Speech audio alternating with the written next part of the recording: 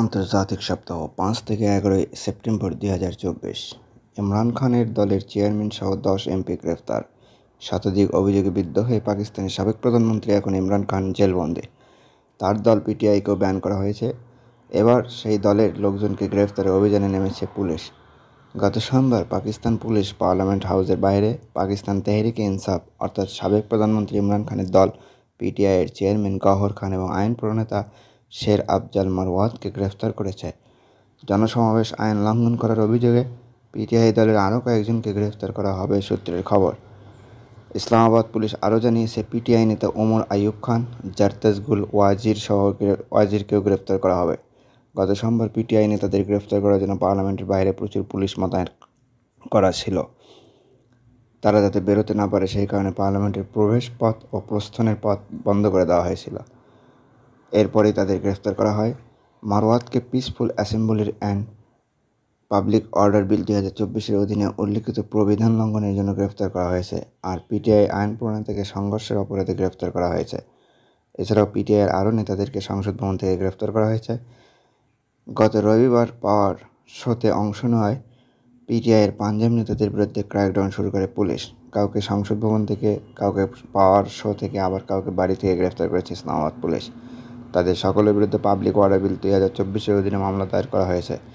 পুলিশের গ্রেপ্তারি থেকে বাঁচতে পিটিআই নেতারা পুলিশের উপর ইট বালি পাথর ছুঁড়ে হামলা করে বলে অভিযোগ। তাদের দোষ প্রমাণ হলে ১০ বছরের সাজা হতে পারে।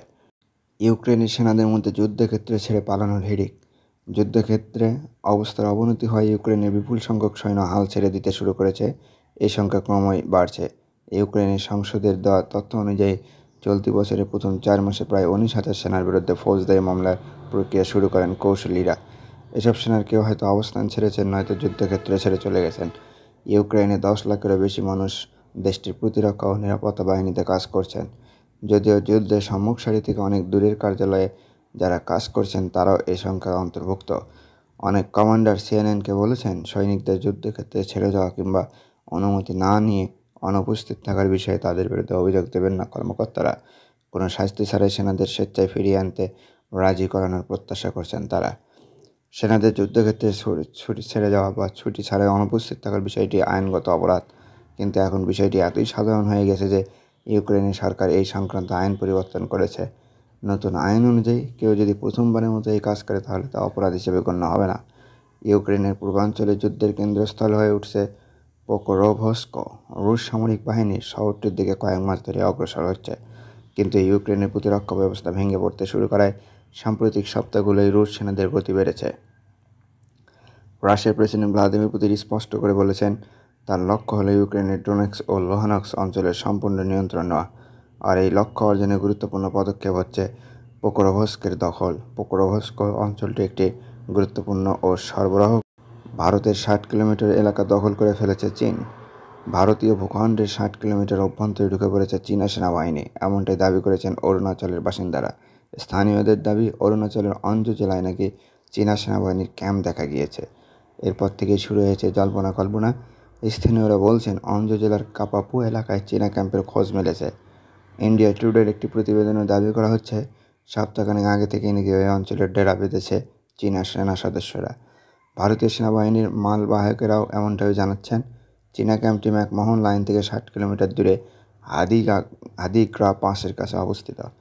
উল্লেখ্য, এই অঞ্জু জেলার চাকলাগাম এলাকা থেকে ২ বছর আগে নিখোঁজ হয়েছিল ২ ভাই। লাইন অফ অ্যাকচুয়াল কন্ট্রোলের অদূরে এক গ্রামের বাসিন্দা ছিলেন তারা। চীন সীমান্তবর্তী অঞ্চলে ঔষধি গাছের খোঁজে গিয়ে হারিয়ে গিয়েছিল ওই ২ জন।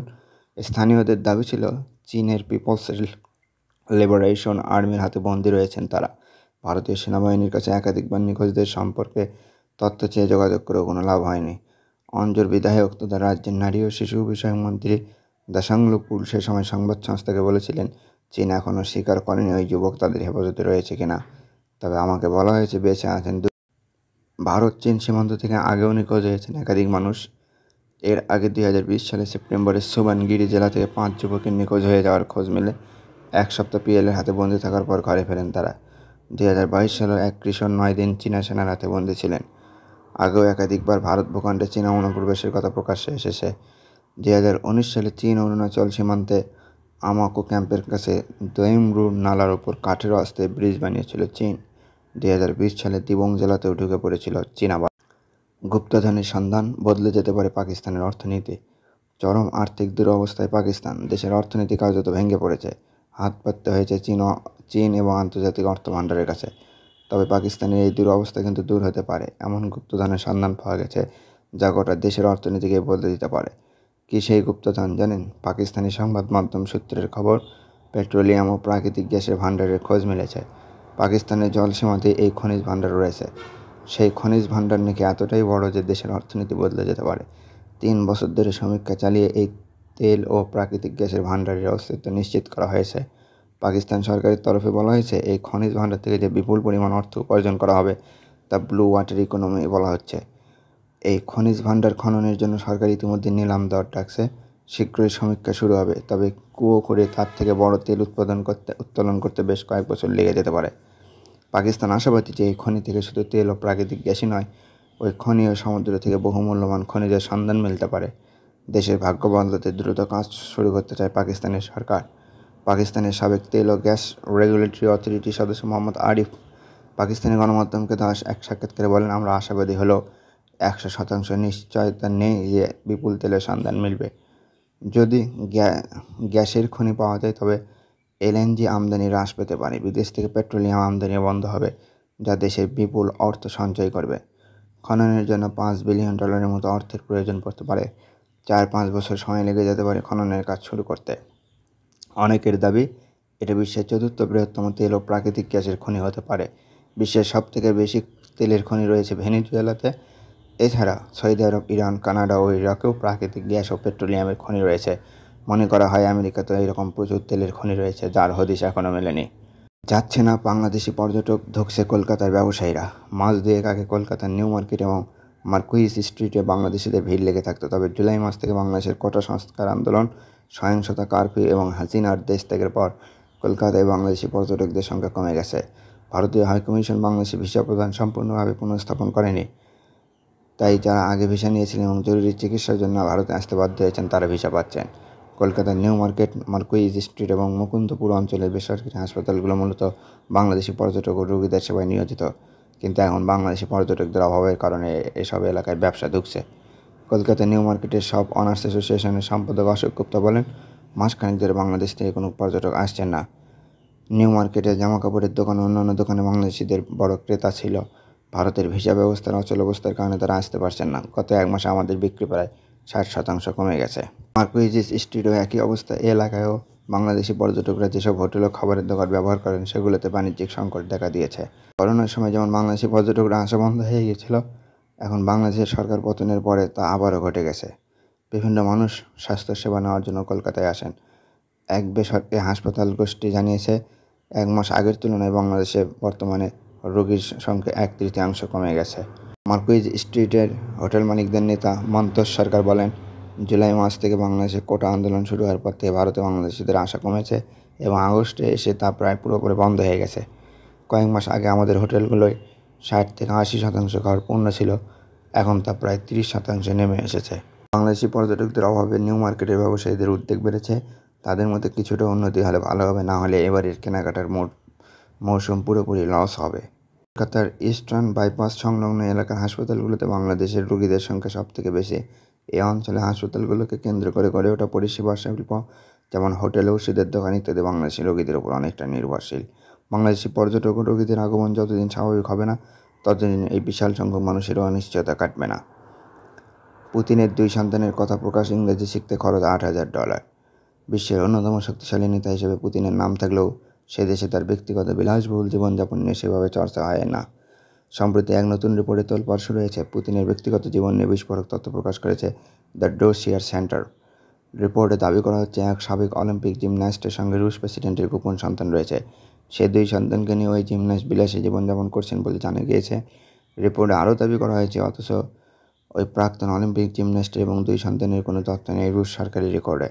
জানা গিয়েছে, সাবেক অলিম্পিক জিমন্যাস্ট অ্যালাইনা কাবায়েভার সঙ্গে রাশিয়ার প্রেসিডেন্ট ভ্লাদিমির পুতিনের সম্পর্ক রয়েছে এবং তাদের 2 শিশু সন্তান রয়েছে।